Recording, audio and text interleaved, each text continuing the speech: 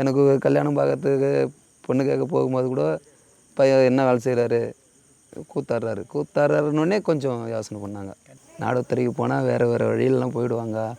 அப்படிலாம் இல்லை, பையன் இப்போ நல்லா இருப்பான், அதெல்லாம் எந்த பிரச்சனையும் இல்லை அப்படின்னு சொல்லிட்டு இந்த நாடகத்துறைக்கு எனக்கு இதான் ஒரு சின்ன தடையாக இருந்ததெல்லாம். மற்றபடியெல்லாம் எனக்கு எந்த பிரச்சனையும் இல்லை. போனால் நாடகத்துறையில் சேர்ந்தால் நல்லபடியாக தான் நினச்சேன். நல்லாயிருக்கேன். இந்த தொழில் நம்பி பழைக்கவும் நிச்சயமாக முடியாது. இது ஒரு குறிப்பிட்ட சித்திரை, வைகாசி, ஆனி, ஆடி 4 மாதம். ஆவணியில் ஒரு 10 ராத்திரி 15 ராத்திரி 4 மாதம்தான் வருஷத்தில். இந்த 4 மாதம்தான் தொழில். அதன் பிறகு எல்லாம் வீட்டில் தான் விவசாய வேலையை பார்த்து தான் பழைக்க முடியும். ஒரு 800 900 ஒரு 4 நாடகம் நடத்தினா 900 அந்த அளவுக்கு கிடைக்கும். அதை வச்சு நாங்கள் அட்வான்ஸ் வாங்கியிருக்கோம்ல, அது ஒரு நாளைக்கு 500 கட்டிவிடுவோம். மீதி ஒரு நாளைக்கு 400 நிற்கும். 400 இப்போ தான் வேன், அதுக்கு முன்னே பஸ் ஃபேர் குறைஞ்சது 100. டிஃபன்லாம் இன்னும் வழியிலே டிஃபன் செலவுலாம் பார்த்துட்டு வரேன்னா 150. மீதி 200 இல்லைன்னா ஒரு 250 இதான் வீட்டுக்கு கொண்டு வர முடியும்.